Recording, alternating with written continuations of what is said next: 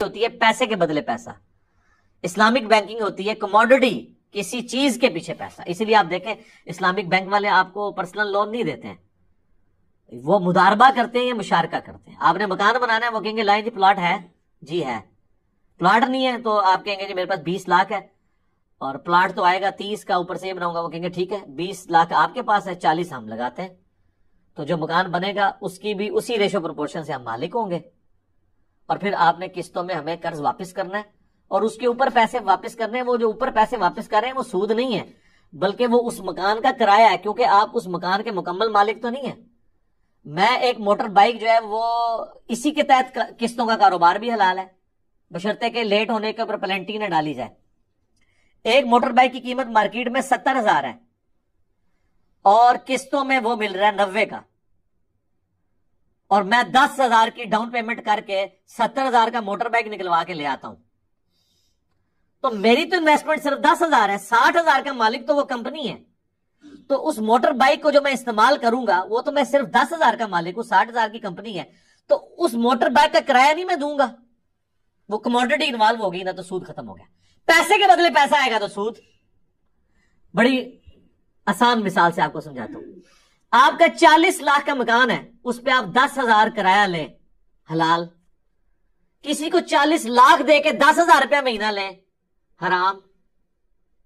آپ کے کان تو ایسے ہی پکڑا ہے، بات تو وہی ہے. نہیں، اس کا جواب پھر اللہ تعالیٰ نے سورۃ البقرہ میں دیا ہے. احل اللہ البیع وحرم الربا. وہ کافر بھی یہی کہتے تھے کہ سود اور تجارت تو ایک طرح ہے، تو اللہ نے فرمایا اللہ نے تجارت کو حلال کیا ہے اور سود کو حرام کیا ہے.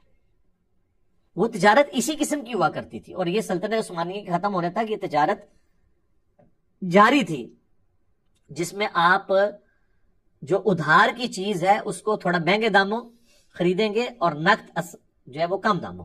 وہ جو ترمذی کی حدیث کہتے ہیں نبی علیہ السلام نے ایک چیز کی 2 قیمتیں مقرر کرنے سے منع فرمایا.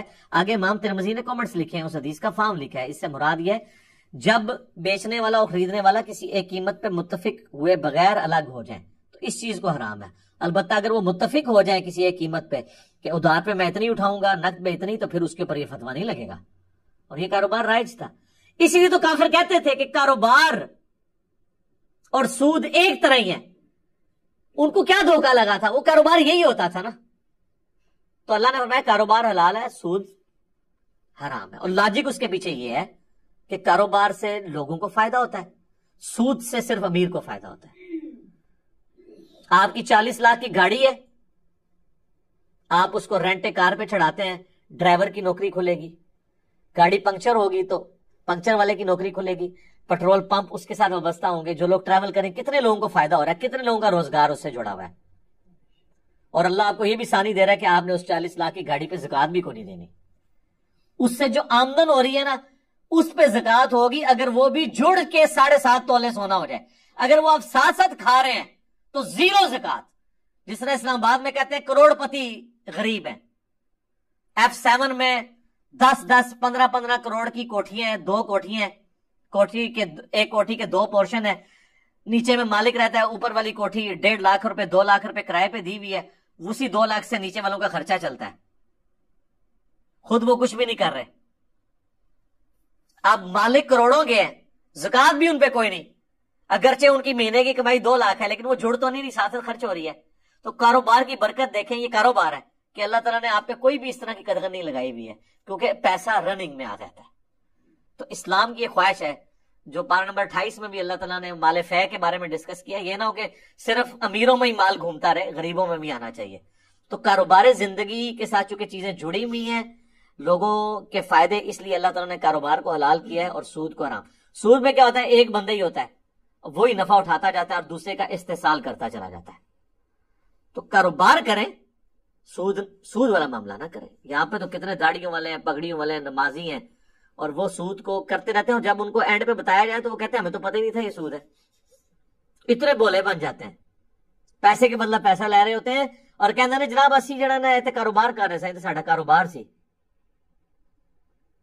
تو انسان کو پتا ہوتا ہے خام خواہ کسی کو دھوکہ دینا چاہے تو اس کی اپنی مرضی ہے. اللہ تعالیٰ نے ایک بہت بڑی آسانی دی ہے کاروبار کی شکل میں، اور کاروبار میں اللہ تعالیٰ نے برکت رکھی ہے. اور سود کے اللہ تعالیٰ قرآن میں فرماتا ہے نا، میں سود کو گھٹاتا ہے اللہ تعالیٰ اور صدقات کو بڑھاتا ہے. تو یہ صدقات کا سارے کا سارا سسٹم اس پہ ہی چل رہا ہے. منی اگینسٹ گڈز. اور آپ دیکھیں کہ اس کے ذریعے جس بندے کی کمائی ہوتی ہے پھر وہ اگر پیسہ جوڑتا ہے وہ زکوٰۃ دے گا اور لوگوں کا روزگار کو لے گا.